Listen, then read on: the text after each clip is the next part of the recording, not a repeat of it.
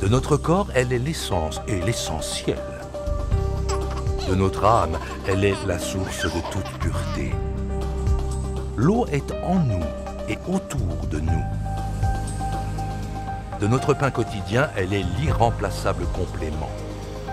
De notre vie quotidienne, elle est l'indispensable agrément. L'eau est au cœur de la ville. L'eau est au cœur de la vie. À Ensisheim, l'eau est partout. La ville est baignée de rivières et de plans d'eau. Située à la croisée des chemins, la cité est le rendez-vous galant des ondes fraîches et positives. C'est en son cœur que le bucolique Quattelbach vient flirter avec l'île. Un ruisseau sympathique, mais bien trop tendre pour séduire la mère de toutes les rivières d'Alsace. Elle en rigole presque, avant d'accueillir en son lit celle qui va l'inonder de toute sa vigueur vosgienne. Fort de ses puissants attraits, c'est en effet la Thur que l'île a choisi d'épouser à Ensisheim. Pour convoler, les petits poissons préfèrent les endroits plus discrets et plus intimes. Les bras morts du Dollerbächlein et du Thurbächlein, aujourd'hui de simples poches, préservent les douces eaux de leurs amours cachés. Le passé de la ville baigne lui aussi dans d'impériales histoires d'eau. Capitale, Ensisheim l'est dès le XVe siècle. Capitale, l'eau l'est également pour la belle Catherine d'Autriche. Un sourire de la princesse, et voilà que jaillit le Quattelbach, la rivière de Catherine. Les douves du château et les gorges des châtelains s'en inondent de plaisir.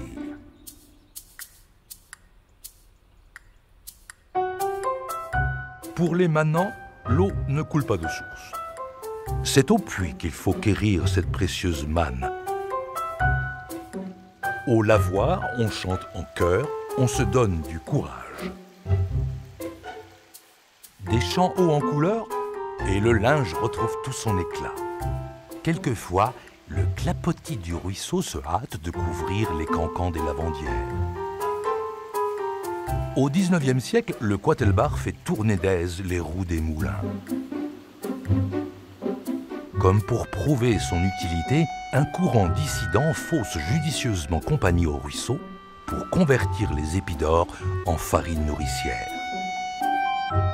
À quelques coudées de la ville, le moulin d'Adolsheim, fier comme un paon, se targue aujourd'hui encore de sa magnifique roue à aubes. Sans eau, pas de vie. L'eau est comme un joyau, rare et précieuse. Elle est l'objet de toutes les attentions. Juste sous nos pieds, la plus grande nappe phréatique d'Europe est un cadeau du ciel. Épurer l'eau usée par l'homme exige une station digne de cette mission. Mon Dieu, qu'elle souffre de toutes ces lingettes négligemment jetées dans les toilettes. Ici, on a fort à faire pour rendre l'eau claire. Enfin débarrassée de l'enfer de ses souillures, l'eau rejoint le purgatoire pour un dernier moment de décantation. Bien protégés, poissons et canards y frétillent de bonheur. En face, ravie de son œuvre purifiante, la station en sourit d'aise. Avec l'île qu'elle abonde, c'est un paradis que l'eau épurée retrouve au bout du chemin.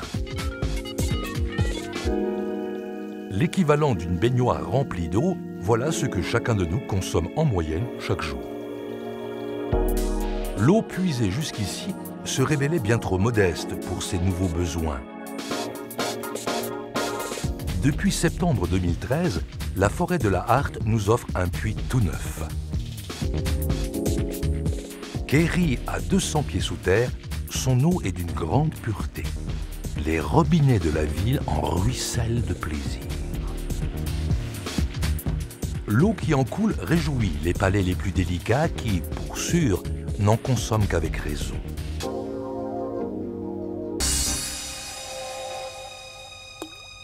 À Ensisheim, pour l'eau, c'est la vie de château. Sa silhouette élégante se détache dans l'horizon. Tout là-haut, bien au frais, on imagine notre eau prête à se jeter dans le discret maillage enfoui dans le sol, toujours prête à être servie. Un robinet qui s'ouvre et le miracle s'accomplit.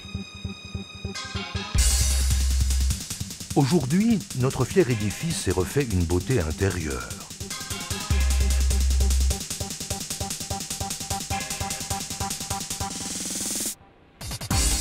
Mais quelquefois, entre château et robinet, il y a des tuyaux qui font des manières. Trop entartrés, trop d'années de service, plus rien ne passe. Mais les tuyaux, ça se remplace. Et heureusement que l'eau a perdu son calcaire d'antan.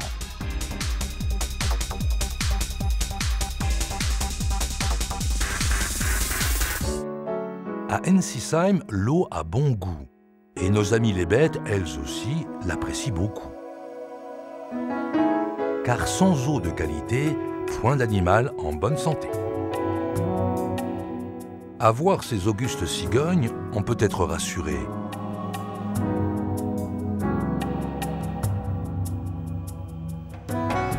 Le bipède, quant à lui, préfère souvent l'eau aux arômes de malt et de houblon.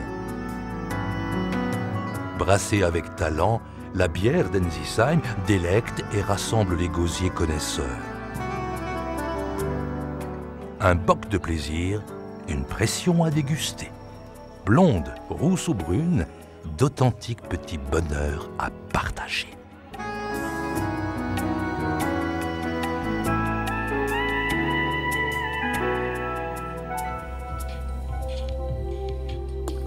Verdoyante est la campagne qui enchante les regards.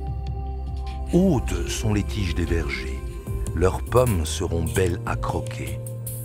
Invisibles sont leurs racines, mais heureuses d'être abreuvées par l'eau enchanteresse. Depuis le Moyen-Âge, elle emprunte toujours le même chemin, un labyrinthe où s'écoule le long fleuve tranquille du liquide nourricier. Quand chantonne le canon, les épis de maïs se gonflent de gouttes et d'orgueil. Quelquefois, ce sont de grands carrousels qui avancent de guingois pour étancher leur inextinguible soif nutritive. Le Quattelbach, un canal historique, une source intarissable.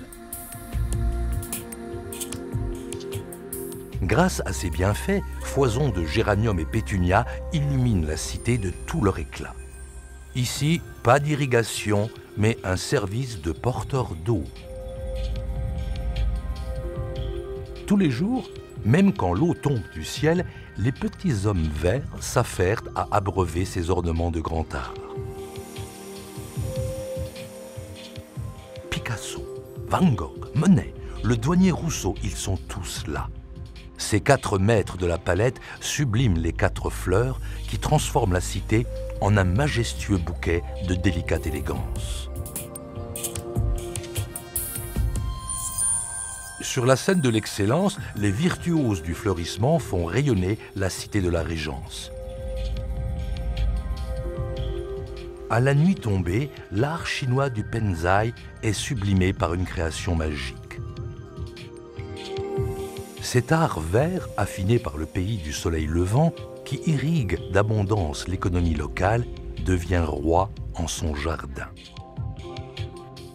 L'eau à la fleur se marie pour que jaillissent 1000 pétales de folie. En ville, pour rester pimpantes, ces fleurs ont leur petit secret. C'est au fond de leur coupole qu'elles gardent précieusement un peu de boire pour la soif. De l'eau, d'autres n'ont nul besoin. Le soleil de leur sourire en est témoin.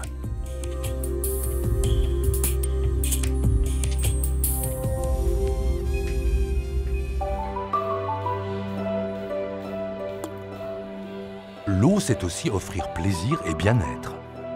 À quel bonheur de goûter aux joies de la baignade. En été, le toit glisse malicieusement pour s'ouvrir aux rayons du soleil. Ici, à Leiblen, on célèbre le retour des beaux jours. Les canards goguenards y plouffent de plaisir. Et là, c'est le poumon bleu d'Ensisheim, au cœur des futures oréades. Ah, les oréades! Ces nymphes aux flèches endiablées viendront la nuit venue pour envoûter les lieux. Les paisibles plans d'eau en frémissent déjà. Autre lieu privilégié de détente et de sérénité où règne calme et tranquillité. C'est quand le poisson s'amuse à taquiner le pêcheur que le moins patient mord à l'hameçon. Car même menu fretin, le poisson est souvent le plus malin. Au cœur de la ville, l'eau se fait conviviale. Elle souligne un cadre d'exception pour la bienvenue d'hôtes venus souvent de loin. Ce haut lieu hôtelier se mire de tous ses atours en ce joyau de nature bleue.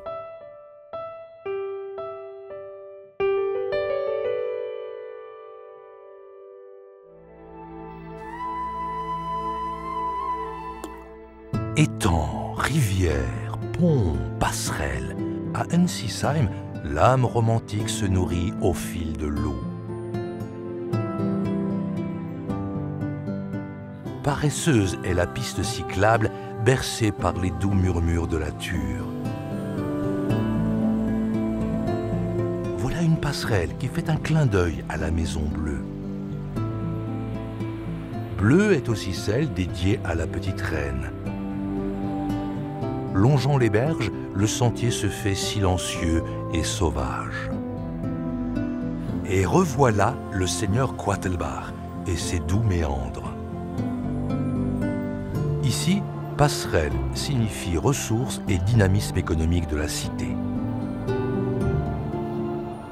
Là, au pied des remparts, c'est une douce promenade, au cœur de l'histoire. Enfer et damnation, le Quatelbach se retrouve en détention. Qu'on se rassure, les petits poissons se faufilent aisément entre les mailles du filet. Dans les rues, le regard se mouille d'envie en admirant des images d'eau. Du monde entier, elles affluent pour inonder les vitrines.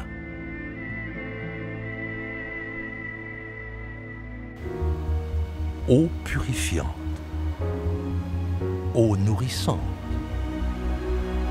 eau rafraîchissante, eau bienfaitrice, eau salvatrice, eau régénératrice, eau mélodique, eau romantique, eau magique. Oh, que j'aime l'eau quand elle inonde mon corps et caresse mon âme. Ô candeur, ô douceur, ô bonheur de l'eau, à quoi tient la vie?